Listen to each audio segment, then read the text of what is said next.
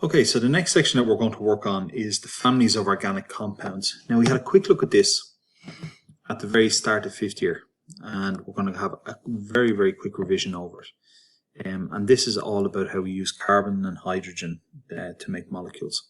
So let's start off. So you remember that one carbon, if we had one carbon, that began with meth. And if we had two carbons, then we went on to eth or eth, and then all this way down. So 3C then was prop, and then it continues all the way on. I'll be back in a second when I've got this done. Okay, so here's some details. So we can continue on with bute, pent, hex, hept, and oct. We've seen that already. And then we had our families. So the first three families we've already looked at, which was the alkanes. And alkanes were all single bonds. The alkenes all had double bonds. The alkynes had triple bonds. Now what we're going to do is we're going to move on to aldehydes, ketones, alcohols, carboxylic acids, and esters. And what makes something belong to an aldehyde family is if you have a functional group at the end that looks like this. So this is C double bond O and a H. So if you have that shape at the end, that means it's belonged to the aldehydes. Ketones then is actually very similar to the aldehydes. In ketones, we have C double bond O. Now, the double bond O will fit in different places. We'll have a look at that later on. Alcohols then is an OH group. And again, just bear in mind that OH group is actually like this. It's O bonded to H. Your carboxylic acids is a C double bond O and then an OH on the end. And then finally your esters.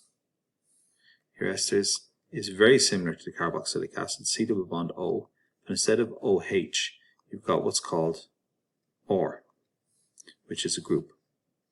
And we'll go figure out what those groups are later on. But these are the basic groups. You need to know by looking at the molecule which one of these functional groups it is, and that will tell you what family it's belonged to, and then you can start looking at the properties and what happens in each of the different families.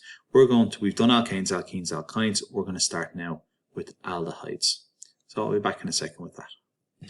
So our aldehydes, let's start with our structural group or functional group with aldehydes is C double bond O and then bonded to a hydrogen.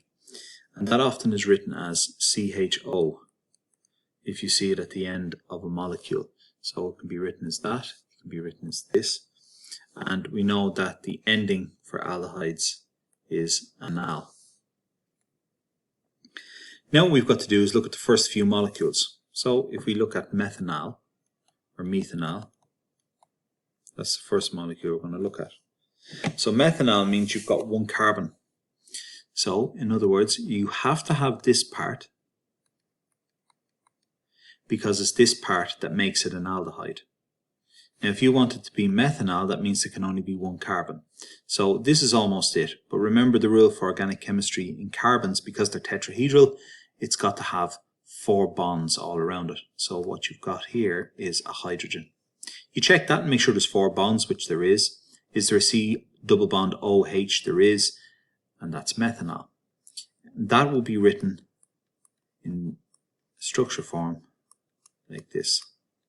HCHO. So the important part is the functional group, which is what makes it part of the family, is always written at the end. And that's how you tell what family something's belonged to. Let's move on to the next one. So the next one then is going to be ethanol or ethanol. So again, same thing, because of the ending anal, you're going to put in C double bond O and a H. Because of the eth, you have to have 2 carbons. So we already have 1 carbon, so we're going to put in the second carbon and then make sure that each carbon has got 4 bonds around it. So 1, 2, 3 added to that. So again, we'll put in our hydrogens for the moment, but you don't have to put those in. And then the actual structure for that then is written like this. You start with this part and then you do the other group. So this is going to be CH3 and then it's going to be CHO. So that's ethanol. We move on to propanol. So this time 2 carbons. So you're on top of the C double bond O. So we've got 1, 2, 3 carbons. It's got to end with a double bond O and a H to make it an aldehyde. And then of course your bonds all the way around. This compound then is written as C2H5 and then CHO. Of course the C2H5 then comes from this part here. That gives you the C2H5. Okay, so butanol is next. So again, butanol, you've got a C double bond O, H on the bottom, and you have to have 4 carbons in total. We've got 1 already, so we need another 3. Surrounded by hydrogens. And again, we're looking at these 3 plus the CH3 group. So it's C3, H7, and CHO.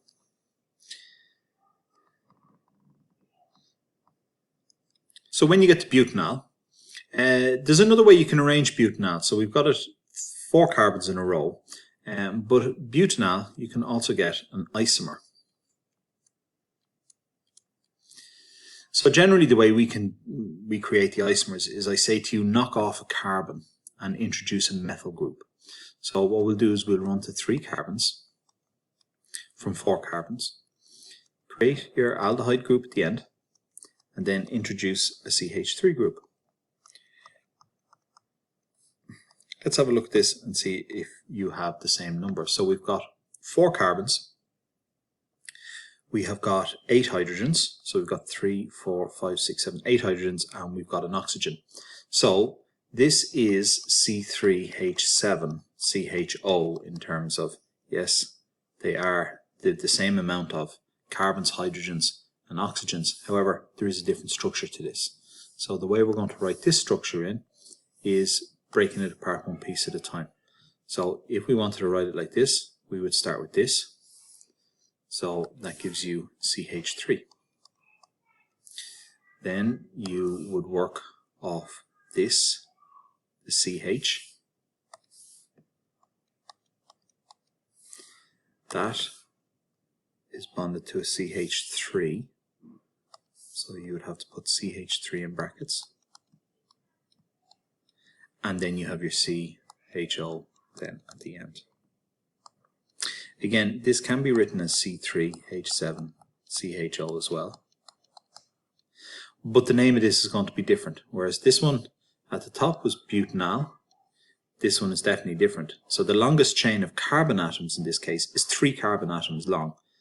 So if it's 3 carbon atoms long, then it's going to be prop. It's got a C double bond OH at the end, so this is going to be propanol. I suppose if you want to be proper about it, we'll put a small p. So this is propanol, and you have to state where the methyl group is. So there is a methyl there, so it's methyl propanol, and the methyl group is on 2.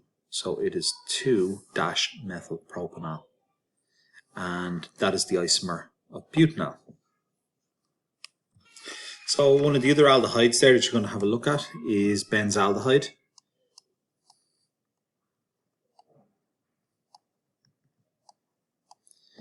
And your benzaldehyde, obviously the benz is the clue.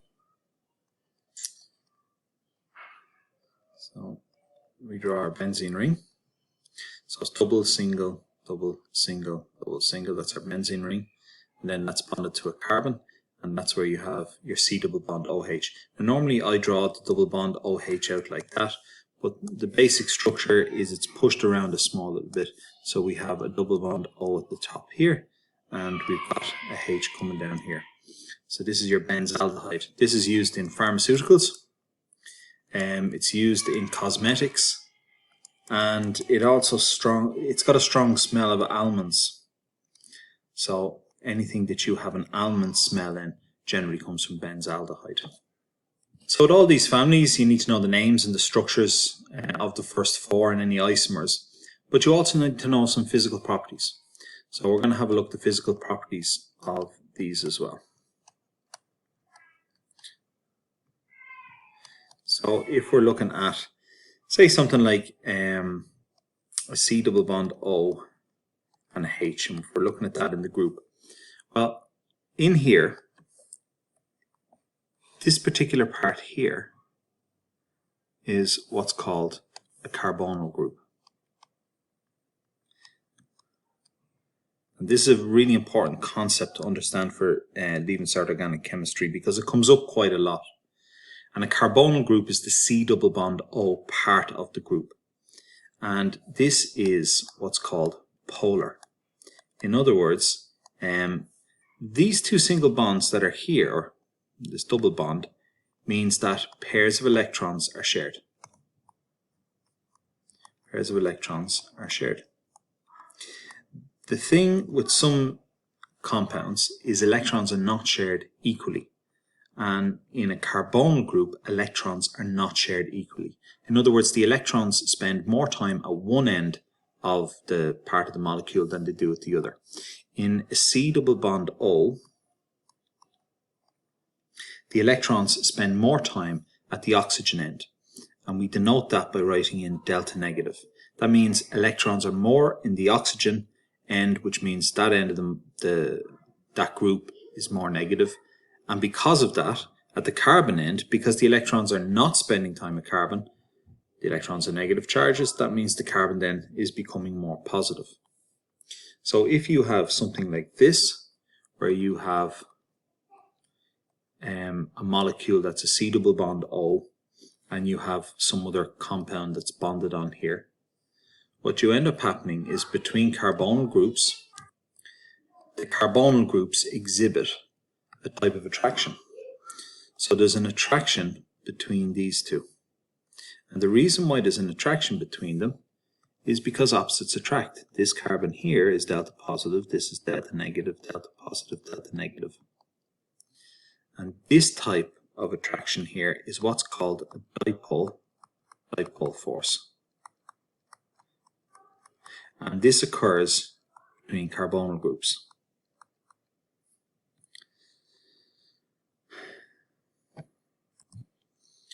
So because of this, this could be your molecule number 1. This one here. This one here is molecule number 2.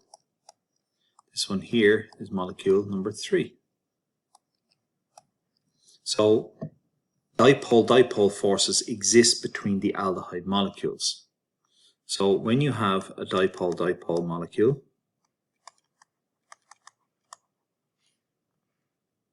attraction, this causes high boiling points, or if we're comparing it, we say higher boiling points than corresponding alkanes. We compare them to alkanes.